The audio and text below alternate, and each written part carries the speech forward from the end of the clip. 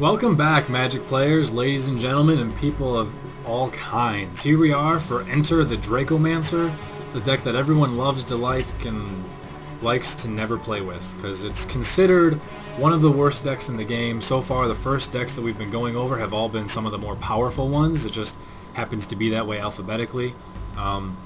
So we finally get to a deck now that a lot of people don't really like. Well, people like it, but nobody wants to use it. So there's multiple ways to go about this deck.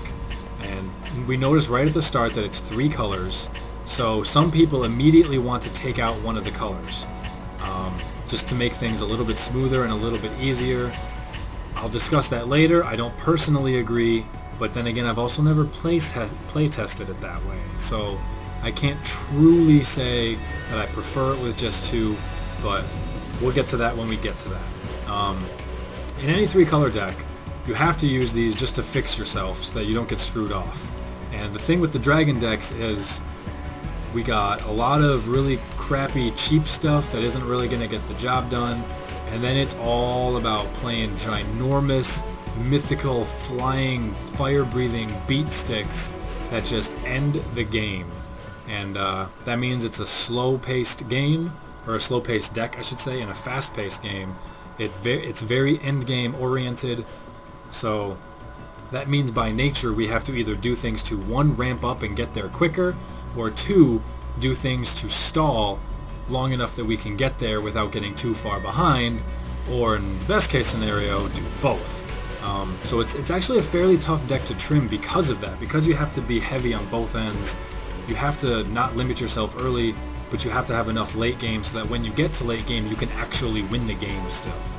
Under the same penalties that the Eldrazi deck suffers from, if you only have a couple late game stuff to do and bomb, then they only need a couple removal spells stocked up over the course of their entire game. So you can't spread yourself too thin.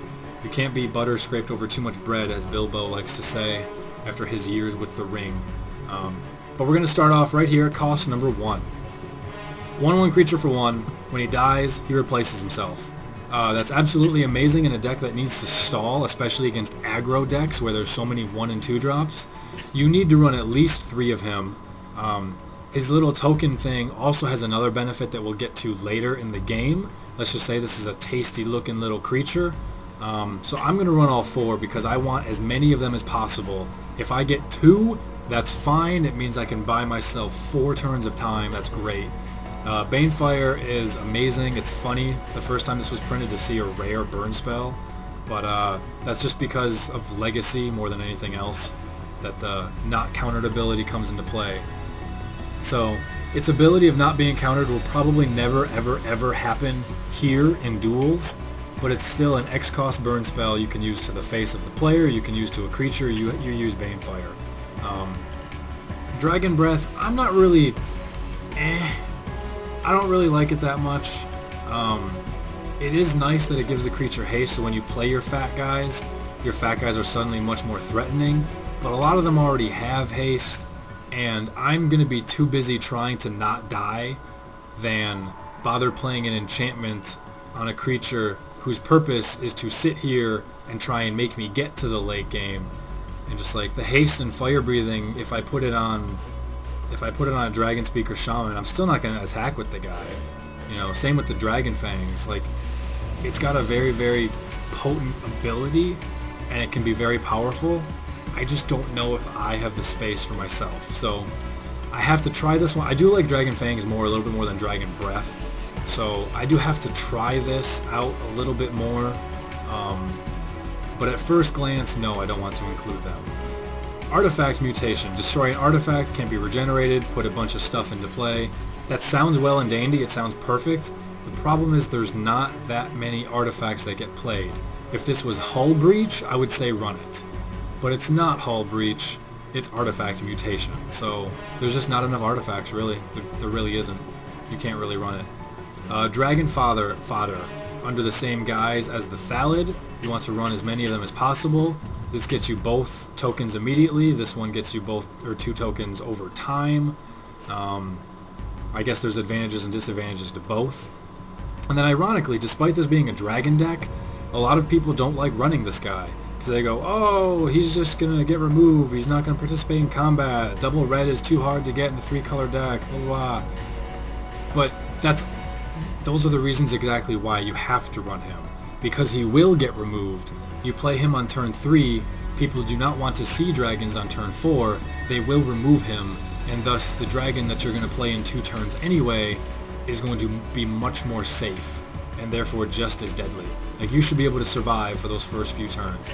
I think you have to run at least 2, probably 3, and I would not be surprised in the slightest of 4. The only reason you wouldn't want 4 is if you don't want 2 of them, but again, that's just 2 removal targets. So you can sit at 3. I actually, on my deck, I use all 4, but for the purposes of this video, I'm just going to leave it at 3. Jund Battle Mage. Honestly, at first, I didn't use this guy at all, until I saw a few other people saying how mandatory he was, and I was just like, I don't know. He's not going to participate in combat, and it's going to take him 2 turns to make 1 chump blocker. I feel like his chump engine is too slow. As much as you need a chump engine, you got a lot of chumping going on here. And once you have enough land to start getting your dragons, these guys become chump. So I'm not sold on him yet.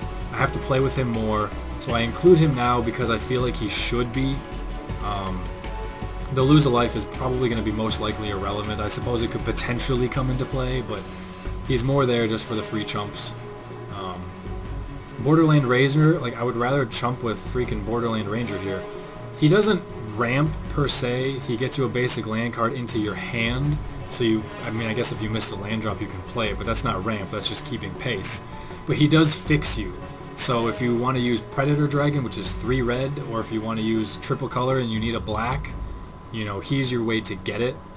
So I think you have to run at least 1. I believe I was running 2 actually in my deck, because he services as a chump blocker once he's cast. And sure, it's not ramp, but you still need all the land you can get. And eventually you're going to miss a land drop, and he just prevents that from happening for a little bit longer. And make sure that if you don't have what you need, you're going to be okay. He gives the deck an extra chance, really. He's not very good, but you have to make do. When life gives you lemons, sometimes you have to buy grape juice, and this is prune juice, but you know what? You're really thirsty. So that's kind of how he is. Jund Charm. The first card that we've seen so far that has black in it, because Jund Battle Mage doesn't really count. And looking at this thing, exiling all cards from the graveyard, potentially usable. That's more of a deal in standard. 2 damage to each creature as an instant, that's disgusting. We'll put 2+1/+1 counters on target creature, not very important. It's mostly here for this middle ability. When most of the game is aggro, and it's aggro that's going to kill you, Jund Charm is invaluable. It's invaluable, and it's black, so I feel like, well, we'll get to more black in a second, but this is one reason I feel like you just can't go down to two colors. Consume Strength. Along similar lines, it probably could be cut. I personally really like it because I see it as a 2-for-1. It does cost black to use, so it's another reason to not go down. Target creature gets +2/+2, another one gets -2/-2. So let's say you have, I don't know, a goblin fodder hanging out here. He's just a little 1/1, or even better yet, just a Thallid. That way you don't have 2 of them. You got just your little random Thallid or his token, and they've got a couple of 2/2s, or even, you know, a 3/3 and a 2/2. You can consume strength at 2/2, kill it, give your guy +2, block the 3/3, kill that. For what? You know, maybe your guy dies, maybe your guy doesn't, but it's a way to potentially remove 2 creatures at instant speed. Or if you're playing against the Aura deck and they want to put on, I don't know what the hell they want to put on. Let's say they want to put on Armored Ascension onto their core Spirit Dancer. I think the O2 that draws cards or whatever. Let's say they want to do that, and you're just like, whoa, whoa, whoa, whoa, whoa. If you do that, you win the game in 2 turns. I'm going to consume his strength. So I really like it. I think it's a 2-for-1. That's card advantage defined, really. So I use it, but I acknowledge the fact that this is probably the 60th card in the deck. You could very just as easily replace it with Soulsfire, especially if you're not going black. Soulsfire, however, I'm not as sold on as other people because it requires you essentially to have a dragon on the field for it to be crazy good. Popping 3 for 2 damage, it can help out in a pinch, but it's not going to be the devastating effect that it has potential to be. So I think I just run one, because maybe two. You can potentially run them all. It's certainly a good card with potential. If you have a dragon out there, even if the board is locked up, you pop down 2 Soulsfires, there's 10 damage to the face, you probably just won the game. So it's got a lot of potential, but I didn't include it originally, and so I've only been slowly rotating it in to test it. That's one of the things with any Magic deck. It's always a work in progress. You're always having to test things out, because if you don't give it a fair shot, you don't know. And there's some cards that until they either kick your ass with it, or you randomly decide to play it and use it and see that it's good, sometimes you just have no idea. So you got to test stuff out. We'll throw in one for the moment. Melstrom Pulse, another reason to use black, because you get to blow up whatever the hell you feel like outside of lands, and anything else that shares the name. So you're playing against the human deck, and they get turn 1 Champion of the Parish, and then, let's say turn 2 they drop 2 more because they're lucky as hell and your life sucks, and you're like, well, that's great, now I lose the game, and then voila, you top deck Maelstrom Pulse, you've already gotten your ass kicked in, but you know what, you can kill all 3 of them with this, give yourself a chance. Or Lord of the Unreals, when you're playing multiple guys, or a guy with multiple Lord of the Unreals out, you can't deal with all of them, they give everything else hexproof, you have no way to deal with that deck entirely at that point. If they played a Lord and then image the Lord, I'm sure all of you guys are familiar with that. You can destroy the Lord, and the image now is called Lord of the Unreal. You can kill that too, which otherwise you have no way to kill outside of combat, which he's not going to be stupid enough to let happen. Maelstrom Pulse can completely bail you out. So I feel it's just way too mandatory to include. When the promos come out, we will get a 4th one. And so now we're talking Maelstrom Pulse can save your ass. Jund Charm can save your ass.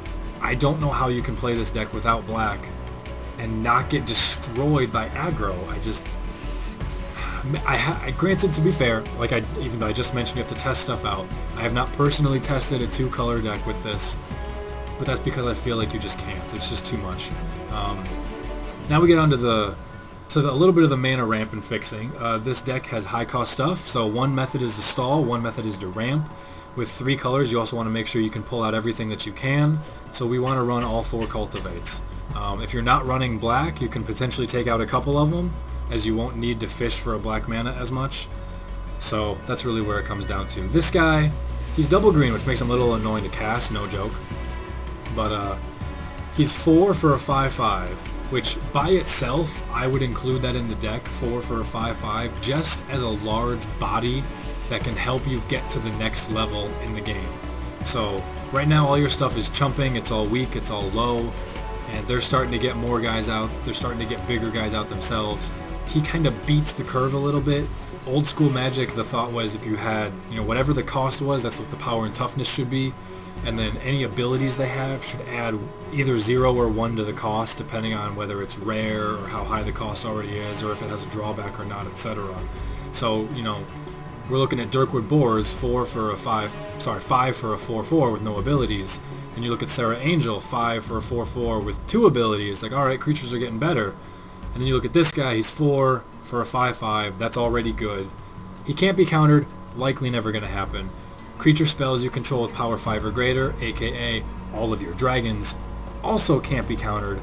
It's likely never to make a difference, but he's just a nice big warm body in the middle part of the game that really, you don't really have a middle part of the game. So if he's there, he kind of has to be responded to, because your opponent is going to be playing aggro, they're going to be trying to push before you get dragons.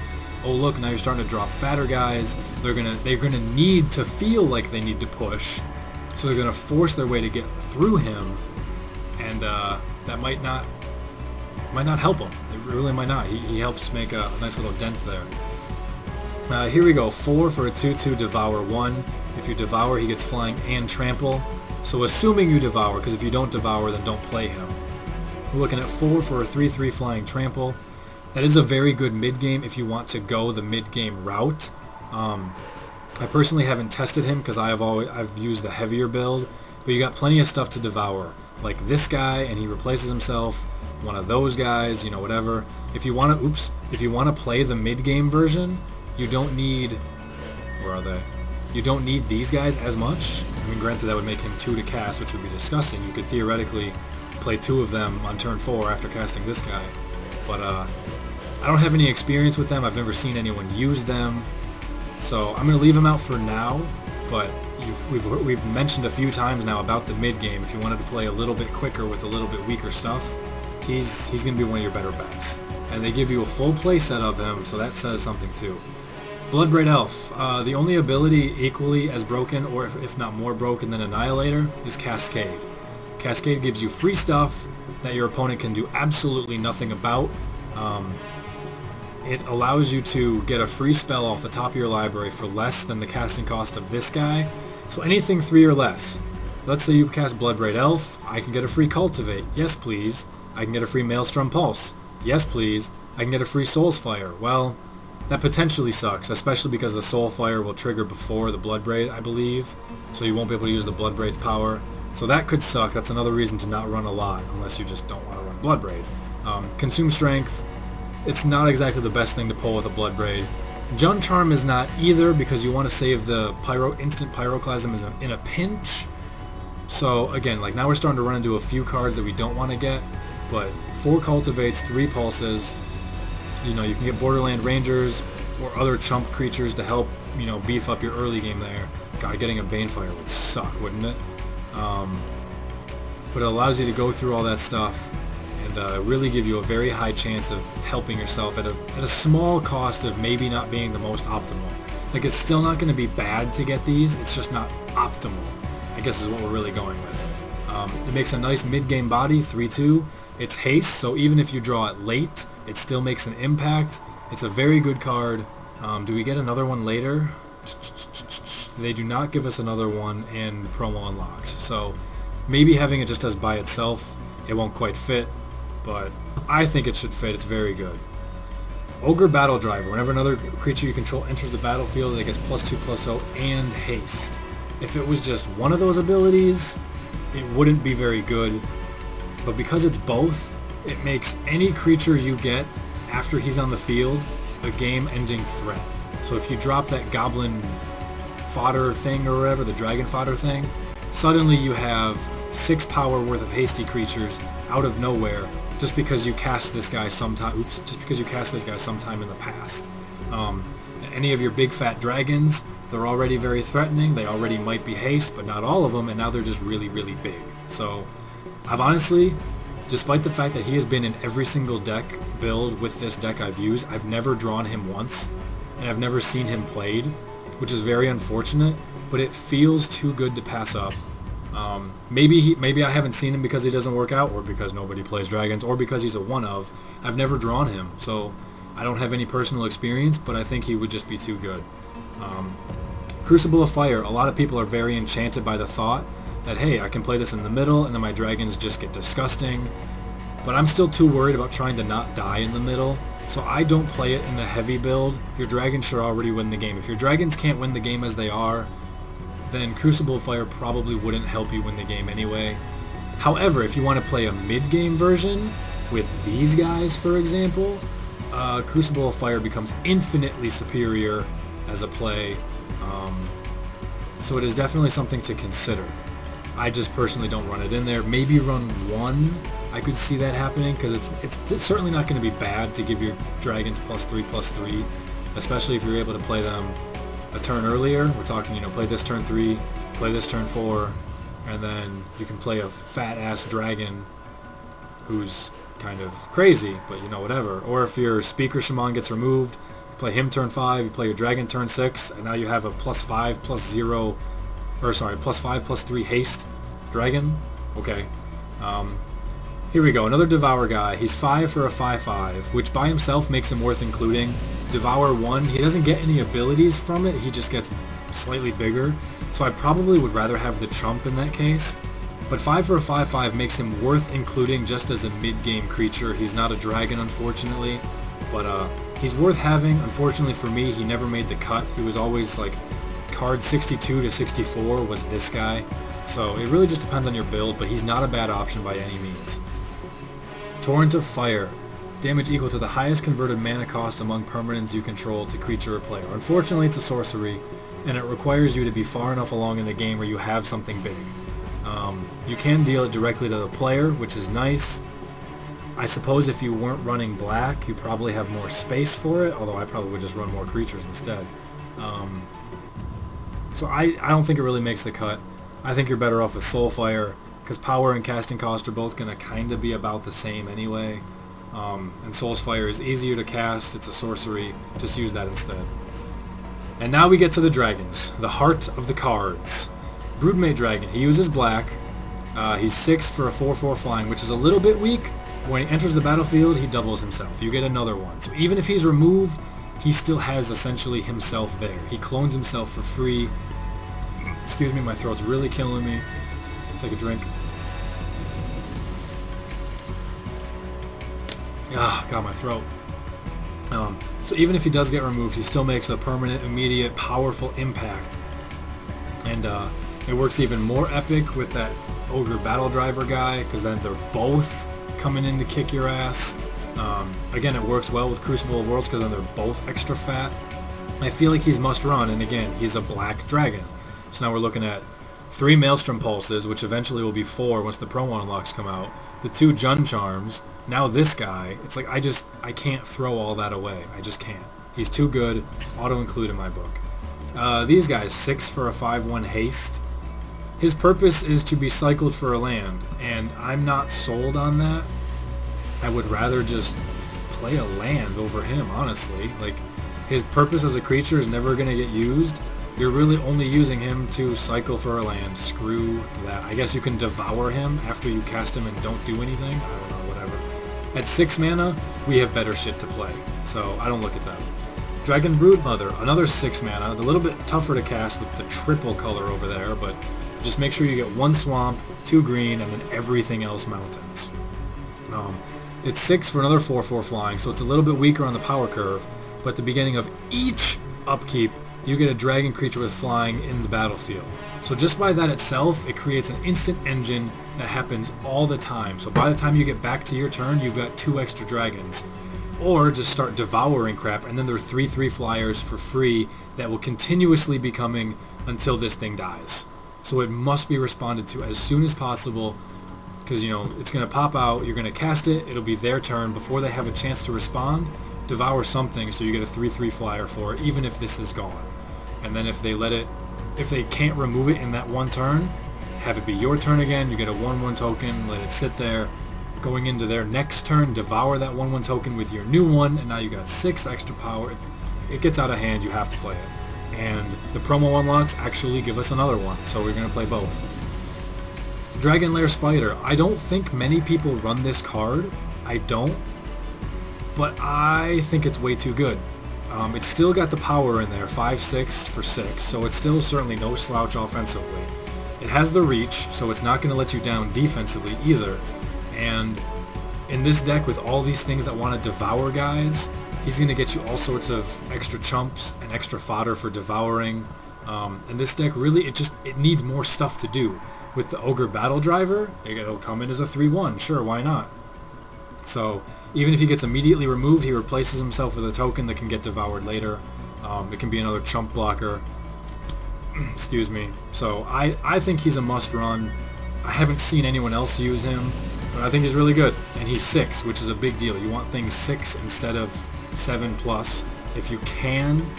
He's a spider, unfortunately, but, you know, whatever. Spiders are good. So here's another guy along the exact same lines as this dude. He's a little bit better. He doesn't have haste, but he's a little bit stronger. And he can cycle for a forest instead of for a swamp, but just don't run him. I'm not even going to talk about it. Flameblast Dragon. When he attacks, you can blow stuff up. When he attacks, you get a free Banefire, is really what that is. When he attacks, cast Banefire to the face of the player or to any creature to remove a threat. You run him. Predator Dragon. 6 cost for a 4/4 flying haste, so there's at least 2 abilities there, and then Devour 2. Potentially, you can win the game instantly with him. If you have like 4 random token dudes hanging out, cast him, eat them all up, +8/+8, You know, if you have that Crucible out there, another +3/+3. If you have Ogre Battle Driver out there, another +2/+0. And he's haste, and he's flying, so he evades, and you swing, and you win. He's got high potential right there. And honestly, I never had him make my build. I tried out one, and the triple red honestly got in my way more often than it didn't. Because only having one copy, I never really drew him, so when I did draw him, I happened to draw other things that required double green, like Spider and this guy, and it was always a problem. But he's very, very good. He probably deserves a spot. At least one of them deserves a spot. I'm not going to throw him in there just yet, as we see that I'm at 57 right now, and I know what's coming ahead. Volcanic Dragon, there's no reason to play him when you have Predator Dragon. There's just not. They're the exact same cost, essentially. He's technically harder to cast, but because of your mana fixing, they're the same cost. They're the exact same vanilla 4/4 flying haste. Oops, get out. He just has potential to be better, so don't play Volcanic Dragon unless you're playing like every dragon ever.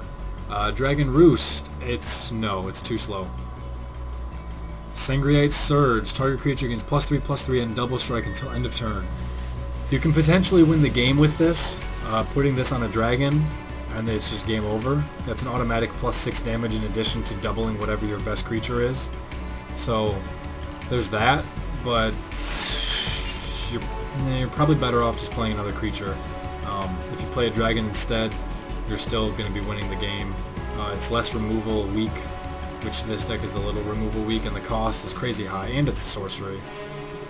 This guy, Tyrant of Jund, flying haste, 7 for 7/7 flying haste is crazy in the first place. His ability of gaining control of all dragons probably won't ever come into play, though if it ever did, dragon versus dragon, that would be disgusting. Making your other dragons have haste, however, is really cool, because if we're looking at it, Broodmother doesn't, this guy doesn't, nor does his token. These guys do, so that's irrelevant. But not all of your dragons will. He doesn't. In the promo unlocks, we're going to get a Kilnmouth dragon, who I think will probably be auto-include. He doesn't have haste. We get, again, another Dragon Broodmother in the promo unlocks. That'll be auto-include. That doesn't have haste. So I don't know. He's on the borderline. He's 7. He's tough to cast. He's black. His abilities won't really ever come into play, but he's really freaking large and really, really scary. And plus, he's way too cool to not use. So I'm going to throw him in there for the moment. Penumbra Worm. It's not a dragon. It's not flying, but it's removal proof, and this deck needs things like that that are removal proof. I really like him because he's an amazing creature. Does he fit the deck? Absolutely not. Is he an amazing creature? Absolutely. So I have him in there. And then you can either round things off with another black dragon, which you wouldn't be able to play either of these two guys if you're going just green-red. Flying Trample and Haste, which makes it... That combination's crazy powerful because it's already tough to block him, and you're already not expecting him to be coming. And now even if you are expecting him or know he's coming or are prepared for stuff to have haste, and you leave flyers open available to block, he's still going to kick your ass. And he makes it very difficult to get rid of, and he can get really fat if you need to. So if you get to cast this guy, and you get to untap the next turn, chances are you win the game by himself. Which, that's what you want for an 8-drop. If you're playing anything that costs 8 or more, it needs to say, player A wins game. And he does that outside of being Doomblade. Well, he can't be Doomblade. Outside of being murdered or pacified, which at turn 8, they probably, and all your other dragons, they probably don't have very many of those left. So he is really tough to cast. That is his downside. But just for the sheer epicness, I feel like he has to be included. You can potentially, if you want, you can get rid of these three creatures, as they are going to be your 3 weakest links due to their casting cost. And if you want to swap something in, that's your option for putting in Predator Dragons. That's your option for putting in Crucible of Fire, or something more mid-game, or additional Soulsfire, or additional of these guys for extra mana and stuff like that. These are your 3 weaker cards a little bit, despite the fact that you need as many bombs as possible, and we're a little weak on bombs. 1 dragon, 2 dragon, a spider, 3 dragon. Like, we need more dragons in there. We need more bombs of some kind. That being said, these are your 3 lesser options. There's still the Consume Strength down here. That's a little bit of the lesser option as well. Your land, you really shouldn't have that much of a problem, despite the fact that it's triple color. you got the 4 expanses. 4 swamps is potentially a little high, but this gives you the opportunity to draw one in a worst case scenario. Expanse can most likely pull you out one. The cultivates can pull you out one. The borderland rager can pull you out one. So you shouldn't really be hurting for it. The green, you only want 2 green for a couple of different cards, and you're going to have green in order to ramp up in the first place. So just pull out 1 green, pull out 1 swamp, and then just red everything else, and you'll probably still draw another swamp or another green. So I think the land is fine. You can't afford to miss a land drop either, so you need to make sure you have a lot. Again, I guess the battle mage could go too, because he's a very slow token generator that costs additional resources to do so. You might honestly be better off just with more ramp, or something else. So I don't know. That's where we are. If we wanted to take out black completely though, which I feel is a mistake, now that I've never even looked at black, I just kind of want to chuck these things out and see. We're looking at green-red. I would include the 2 Predator Dragons for sure. I got 7 extra cards now, huh? I would include one of those. I probably would include a couple of those. I might even include a Dragon Fang, just to make your bombs trample.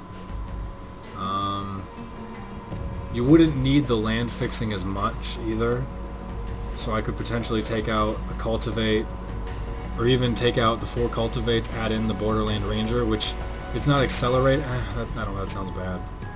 I don't know, maybe take out 1 or 2 cultivates if you wanted. You can add in another Soulsfire. You can add in more worm guys for some extra mid-game. So I could see this doing a much faster game, a little bit, maybe a little bit more consistent. Maybe this isn't bad at all, but we're losing all the stuff that helps you survive, and we're losing a couple of the best dragons as well. So I don't know, but there's your 2 options. I can even still fiddle with this. I have 2 cards to spare. That's a very good sign. Just for shits and giggles, let's just throw in another one of that guy. Give me 3 of them. You know what? Let's take out this worm guy. Let's throw in him. Let's throw in the other Crucible. And now we got some power all over the place. Maybe I would consider Volcanic Dragon over Penumbra Worm at that point, because I'm using the fire thingies, or the Crucible thingies. That makes a lot of sense. The Spider is not exactly a dragon at that point, but neither is anything else that I can play, so that doesn't matter. He's still just an epic creature. I suppose you could potentially get rid of him for an extra burn removal. So yeah, there's options to go with if you want to go green-red instead of all triple colors. But this deck is a lot of fun. I don't think it's nearly as bad as everyone else feels it is to be. So give it a shot with however way you want it to. Especially because unlike other decks, there's numerous different cards you can use as options, which makes things tremendously more fun, as opposed to just being cookie cutter. So give it a shot, guys. I don't think you'll be disappointed. I think you'll have a lot of fun. Go kick some ass. Thanks for watching, guys. Take it easy. Catch you later. Peace. Oh crap, oh crap, oh crap. I just forgot. Edit, jump cut. With the promo cards, we talked about a couple of them. We get an extra Crucible of Fire, which may make green-red build even better. We get a Savage Twister, which is probably auto-include. We'll get a Kilnmouth Dragon, which is probably auto-include because of his ability to ping stuff. Another Dragon Broodmother, yes. Another Melstrom Pulse, yes. We'll get an Archwing Dragon, which is very interesting. He's 4 for a 4/4 flying haste. And then at the end of the step, he goes back to your hand. So he's a little bit tougher to remove. Yes, you have to keep casting him, but you can drop him quicker, and he'll likely be around much longer as well. So I think he's probably an auto-include dragon. I really do. And then we get one of my favorite red cards of all time, Sneak Attack. An enchantment for 4, which you tap red, and you choose a creature card from your hand, and you put it into play. That creature gains haste, and then at the end of the turn sacrifice it. So if you play Sneak Attack and you're holding 3 dragons in your hand, the next turn you tap 3 red, you play all 3 dragons, you smash in the face, you win the game. And it's just like, what are you supposed to do about that? Sneak Attack is amazing. It's one of my favorite cards of all time, and it'll be tremendous amounts of fun just to see, you know, random stuff coming down, and it's any creature too, you know. So, for example, if you were in a weird situation where you played sneak attack on turn 4, you draw a card, or you draw a land and play that on turn 5, so now you have 5 land. You could sneak attack this guy in here for 1, you have 4 land left, and then your dragons cost 2 less, and you could actually hard cast the dragon with that remaining 4, and then he'll die, but whatever, you'll get your dragon. Like, it, you know, very weird things. Sneak attack allows you to do some crazy fun stuff. Even more crazy cool things with like Dragon's Breath and Dragon's whatever the hell that was called, the Dragon's Tooth, Dragon's Bite, whatever. You just tap the 1 to put something into play, and then this thing gets fire breathing. It automatically attaches to itself, and you can smash in the face for like double power. So I don't know. I think the trample one would probably be better in that case. Where was it? Yeah, Dragon Fangs. So just for giving a trample. I don't know, whatever. Just more options, and sneak attack is amazingly fun. So now you guys are permitted. You now have my permission to go kick ass. Peace, guys.